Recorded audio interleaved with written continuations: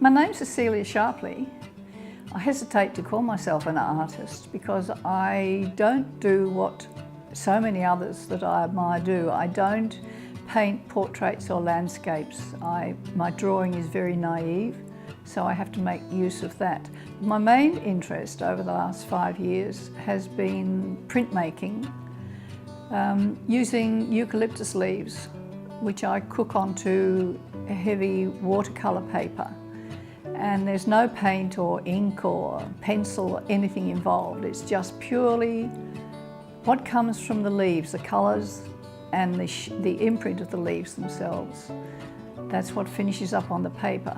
And if it doesn't finish up on the paper well, then that's discarded or chopped up to use as something else. Or else it can be repulped and end up as sheets of handmade paper. Interest in eucalyptus leaves started many years ago. In the 1970s, I was teaching spinning and weaving.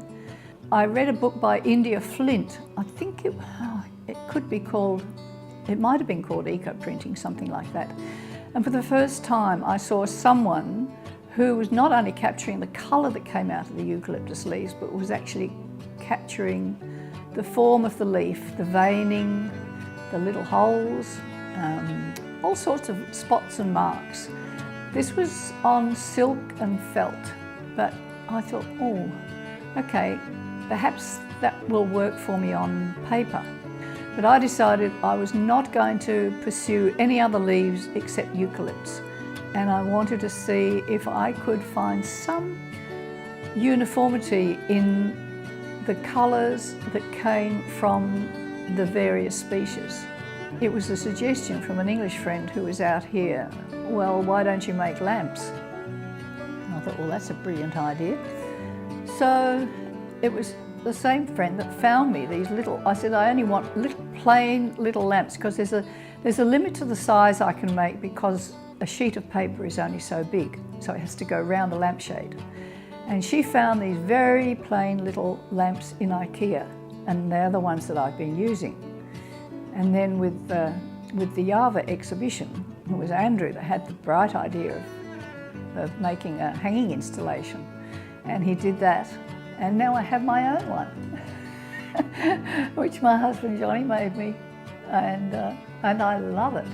And with Open Studio, I thought, well, okay, if I don't do it now, I'll probably never do it. So last year was the first year.